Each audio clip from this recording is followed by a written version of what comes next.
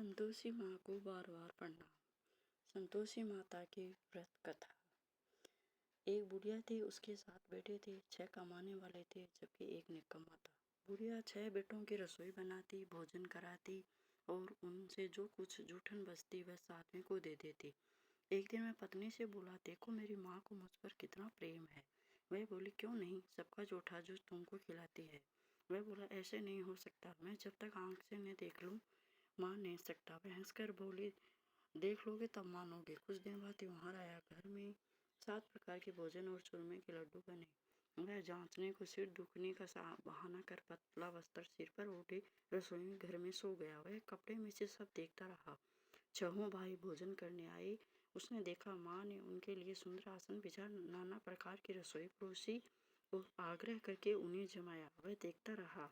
6 भोजन करके उठे तब माँ ने उनकी जूठी थालियों में से लड्डुओं के टुकड़े उठाकर एक लड्डू बनाया। जूठन साफ कर बुढ़िया माँ ने उसे पुकारा, बेटा 6 भाई भोजन कर गए, अब तू ही बाकी है, उठ, तू कब खाएगा। वह कहने लगा, माँ मुझे भोजन नहीं करना, मैं अब परदेश जा रहा हूँ। माँ ने कहा, कल जाता तो आज ही चला जा। वह बोला, हाँ आज ही जा रहा हूँ। यह कहकर वह घर से निकल गया। 7वें बेटे का परदेश जाना। चलते समय पत्नी की याद आई। वह गौशाला में कंडे मतलब उपले थाप रहे थे। वहां जाकर बोला, हम जावे परदेश आवेंगे कुछ काल, तुम रहियो संतोष से धर्म आपनो पाल। वह बोले, जाओ पिया आनंद से, हमारो सोच हटाए, राम भरोसे हम रहे, ईश्वर तुम्हें सहाय। 2 निशानी आपन देख घरों में धीर, सुधीमती हमारी बिचारियों रखियो मन गंभीर।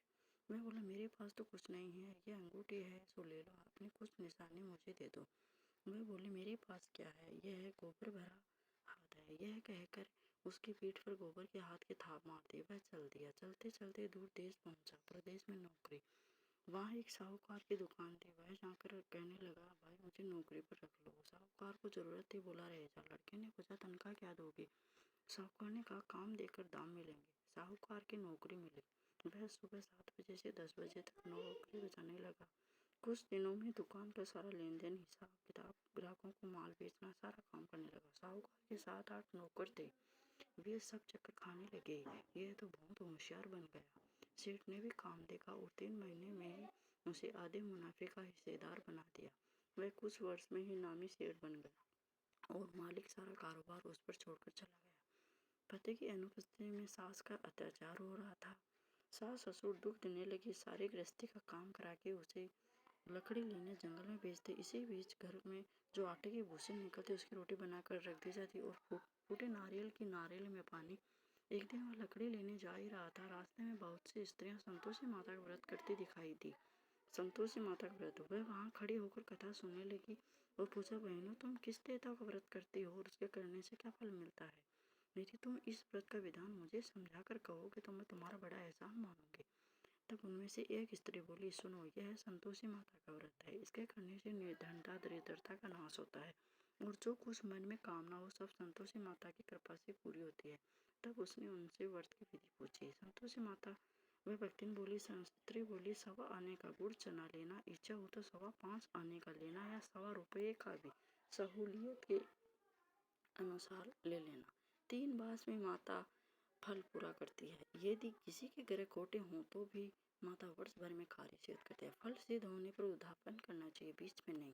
उद्यापन में 2.5 सेर आटे का खाजा तथा इसी प्रणाम में खीर तथा चने का साग करना। 8 लड़कों को भोजन कराना, जहाँ तक मिले देवर जेठ भाई बंधु के हो, न मिले तो रिश्तेदारों पड़ोसियों के भी हो, उन्हें भोजन कराना, यथाशक्ति दक्षिणा दे, माता का नियम पूरा करना। उस दिन घर में खटाई न खाना। यह सुन बुढ़िया की लड़के की बहुत चल दी। रास्ते में लकड़ी के बोझ को बेच दिया और उन पैसों से गुड़ चना ले माता के व्रत की तैयारी करने आगे चली और सामने मंदिर देखकर पूछने लगी कि ये मंदिर किसका है। माता के मंदिर में जाकर चरणों में लौटने लगी। दोनों विनती करने लगी, मैं निपट अज्ञानी, व्रत में कुछ नियम नहीं जानती, मैं दुखी हुई। माता जगत जननी, मेरा दुख कर मेरे चरण में, मैं आपका मेरा दुख दूर करूँ, मैं आपके शरण में हूँ। माता को दया आई। एक शुक्रवार बीता के दूसरे को उसके पति का पत्र आया और तीसरे शुक्रवार को उसका भेजा हुआ पैसा आ बचाया। देख जेठ जेठानी मुँह सिकोड़ने लगे। लड़के ताने देने लगे। काकी के पास पत्र आने लगा, रुपये आने लगा। तब तो काकी की खातिर बढ़ेगी। बेचारी सरलता से कहती, भैया कागज आवे रुपये आवे, हम सबके लिए अच्छा। ऐसे अगर आंखों में आंसू भरकर संतोषी माता के मंदिर में मातेश्वर के चरणों में गिरकर रोने लगी। माँ, मैंने तुमसे पैसे कब मांगा? मुझे पैसे से क्या काम, मुझे तो अपने सुहाग से काम है, तो अपने स्वामी के दर्शन मांगती हूँ। तब माता ने प्रसन्न होकर कहा, जा बेटा, तेरा स्वामी आएगा ये सुन खुशी से भावी होकर में जाकर काम करने लगी।